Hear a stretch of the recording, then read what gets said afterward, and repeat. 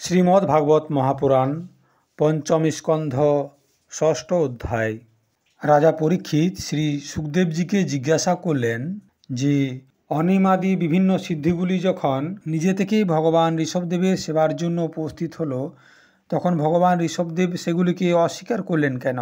তখন শ্রী সুখদেবজি বললেন, তুমি ঠিকই প্রশ্ন করেছ, কিন্তু সংসারে যখন কোনো চালাক শিকারী শিকার করতে গিয়ে কোনো জীবিত পশুকে ধরে, তখন সে তাকে বিশ্বাস করতে পারে না, কারণ তার চিত্ত চঞ্চল থাকে। সেরকম বুদ্ধিমান লোক এই চঞ্চল চিত্তকে কখনো ভরসা করতে পারে না। এই চঞ্চল চিত্তের সাথে কখনো বিশ্বাস করে বন্ধুত্ব করাও উচিত নয়। এইরকম চঞ্চল চিত্তকে বিশ্বাস করতে গিয়ে শ্রী মহাদেবজির মোহিনী রূপের মধ্যে ফেসে গিয়ে চিরকালের জন্য সঞ্চিত তপ ক্ষীণ হয়ে গিয়েছিল। যেমন ব্যভিচারিণী স্ত্রীরা অন্য পুরুষদেরকে সুযোগ দিয়ে তার নিজের দ্বারা নিজের প্রতি বিশ্বাসকারী নিজের স্বামীকেই বধ করিয়ে দেয়, সেই রকম যে যোগী মানুষ নিজের মনের প্রতি বিশ্বাস করে, তার মন কাম ক্রোধ ইত্যাদি শত্রুর দ্বারা আক্রমণ করার সুযোগ দিয়ে তাকে নষ্টভ্রষ্ট করে দেয়। কাম ক্রোধ মদ লোভ মোহ এবং ভয় ইত্যাদি শত্রুগুলির তথা কর্মবন্ধনের মূল তো এই মনই। কোনো বুদ্ধিমান ব্যক্তি কখনোই এই মনের প্রতি বিশ্বাস করে না। সেই জন্য ভগবান ঋষভদেব যদিও ইন্দ্র আদি সমস্ত লোকপালগণেরও ভূষণ স্বরূপ ছিলেন, তবুও তিনি জড়পুরুষের মতো অবধূত গণদের থেকে বিভিন্ন ধরনের বেশ ভাষা এবং আচরণগুলির থেকে নিজের ঈশ্বরীয় প্রভাবকে লুকিয়ে রেখেছিলেন।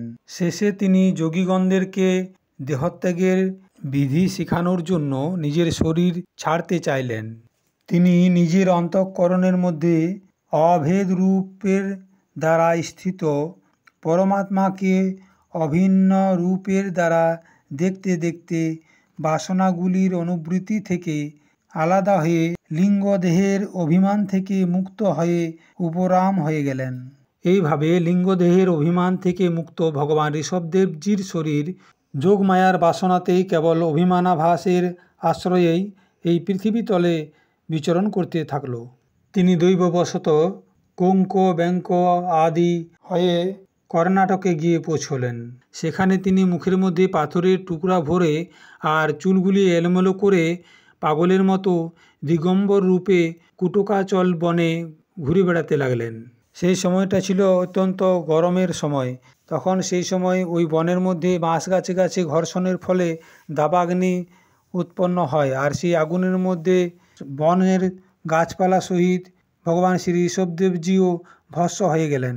কলিযুগের মধ্যে যখন অধর্মের বৃদ্ধি হবে, সেই সময় কঙ্ক ব্যাঙ্ক আর কুটক দেশের মন্দমতি রাজা অর্হত সেখানে তাদের লোকজনদেরকে ঋষভদেবজির আশ্রমাতীত আচরণগুলির বৃত্তান্ত শোনাবে তথা নিজেও সেটি গ্রহণ করে লোকদেরকে পূর্ব সঞ্চিত পাপ ফলরূপ এর বশীভূত হয়ে ভয়রহিত স্বধর্ম পথের পরিত্যাগ করে নিজের বুদ্ধি থেকে অনুচিত এবং পাখণ্ডপূর্ণ কুমার্গের প্রচার করবে।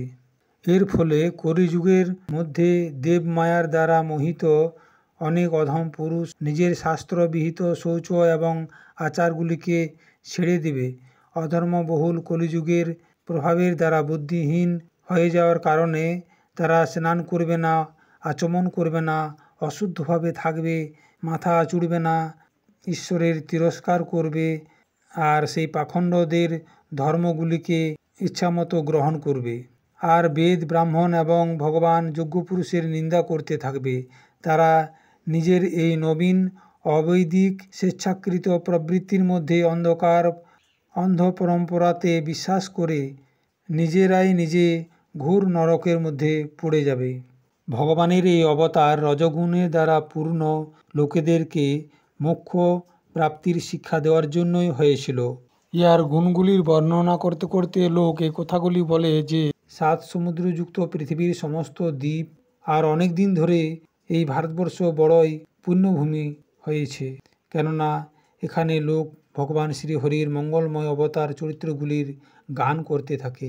মহারাজা প্রিয়ব্রতর বংশ তো বড়ই উজ্জ্বল এবং সুযশপূর্ণ ছিল, যার মধ্যে পুরাণ পুরুষ শ্রী আদিনারায়ণ শ্রী ঋষভদেবজি অবতার নিয়ে মোক্ষ প্রাপ্তিকারী পরমহংসর ধর্মের আচরণ করলেন। এই জন্মরহিত ভগবান ঋষভদেবের নির্দেশিত পথে অন্য যোগীগণ কিভাবে মন দিয়ে সেই পথে চলতে পারবে? কেননা যোগীজন যে যোগসিদ্ধিগুলির জন্য লালায়িত হয়ে নিরন্তর চেষ্টা করতে থাকে, ওনারা নিজেই প্রাপ্ত হওয়ার পরেও অসৎ ভেবে ত্যাগ করে দিয়েছিলেন। শ্রী সুখদেবজি বললেন, এইভাবে সম্পূর্ণ বেদ, লোক, দেবতা, ব্রাহ্মণ এবং পরম গুরু ভগবান ঋষভদেবজির এই বিশুদ্ধ চরিত্র আমি তোমাকে শোনালাম। এটি মনুষ্য জগতের সমস্ত পাপকে হরণকারী। যে পুরুষ এই পরম মঙ্গলময় পবিত্র চরিত্রকে একাগ্রচিত্তে শ্রদ্ধাপূর্বক নিরন্তর শুনে এবং শোনায়, সেই উভয়েই ভগবান বাসুদেবের মধ্যে অনন্য ভক্তি হয়ে যায়। পণ্ডিতজন এই ভক্তি সরিতার মধ্যেই নিত্য নিরন্তর স্নান করতে থাকে। এর ফলে তারা যে পরম শান্তি পায় তাহা এতই আনন্দময় হয় যে পুনরায় তারা ওনার সামনে নিজে প্রাপ্ত মোক্ষরূপ পরম পুরুষার্থকেও আদর করে না। ভগবানের নিজজন হয়ে যাওয়ার জন্যই তাদের সমস্ত পুরুষার্থ সিদ্ধ হয়ে যায়। ভগবান শ্রীকৃষ্ণ স্বয়ং পাণ্ডবদের এবং যদুবংশগণের রক্ষক, গুরু, ইষ্টদেব, সুহৃদ এবং কুলপতি ছিলেন। শুধু তাই নয়, তিনি কখনো কখনো আজ্ঞাকারী সেবকও হয়েছিলেন।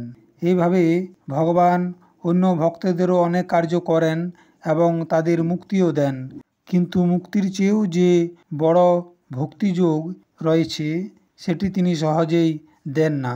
নিরন্তর বিষয়ভোগের অভিলাষা করার কারণে নিজের বাস্তবিক শ্রেয় থেকে চিরকাল পর্যন্ত অজ্ঞান হয়ে থাকা লোকেদের যিনি করুণাবশত নির্ভয় আত্মলোকের উপদেশ দিলেন, যিনি স্বয়ং নিরন্তর অনুভবকারী আত্মস্বরূপের প্রাপ্তি দ্বারা সমস্ত প্রকারের তৃষ্ণাগুলির থেকে মুক্ত ছিলেন, সেই ভগবান ঋষভদেবজিকে আমি নমস্কার করি।